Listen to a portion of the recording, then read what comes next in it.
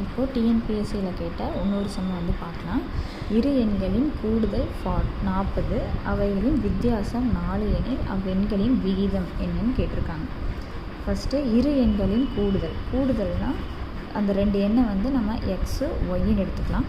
கூடுதல்ங்கும்போது plus வந்து எவ்வளோ, X plus Y வந்து எவ்வளோ கொடுத்துருக்காங்கன்னா 14 கொடுத்துருக்காங்க. அவைகளின் வித்தியாசம் கேட்டிருக்காங்க. அப்போன்னா எக்ஸு மைனஸ் ஒய் வந்து 4ன்னு கொடுத்துருக்காங்க. ஸோ இதை வந்து நம்ம இப்போ இது பண்ணலாம். Plus Y minus Y cancel ஆகிடும். அப்போ 2x = 44. அப்போது எக்ஸ் = இது கேன்சல் ஆச்சுன்னா 22. ஸோ 22 நம்மளுக்கு ஒரு வேல்யூ ஒரு நம்பரோட வேல்யூ வந்து 22ன்னு கிடச்சிருச்சு. அடுத்து இன்னொரு நம்பர் ஏன்னு கேட்குறாங்க. ஸோ இந்த நம்ம கிடச்ச 22வை இதுலேயே சப்ஸ்டியூட் பண்ணி பார்த்தோம்னா ஆன்சர் கிடச்சி. எக்ஸ் வந்து நம்மளுக்கு 22ன்னு கிடச்சிருக்கு. Plus Y = 40.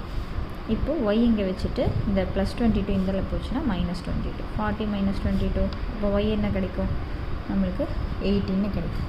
ஸோ 2 நம்பர் கிடச்சிச்சு. இப்போ இதோட என்னன்னு கேட்டிருக்காங்கன்னு ரேஷியோ தான் கேட்டிருக்காங்க, விகிதம் தான் கேட்டிருக்காங்க. ஸோ இப்போது எக்ஸ் வந்து 22, ஒய் வந்து 18 கிடச்சிருக்கு.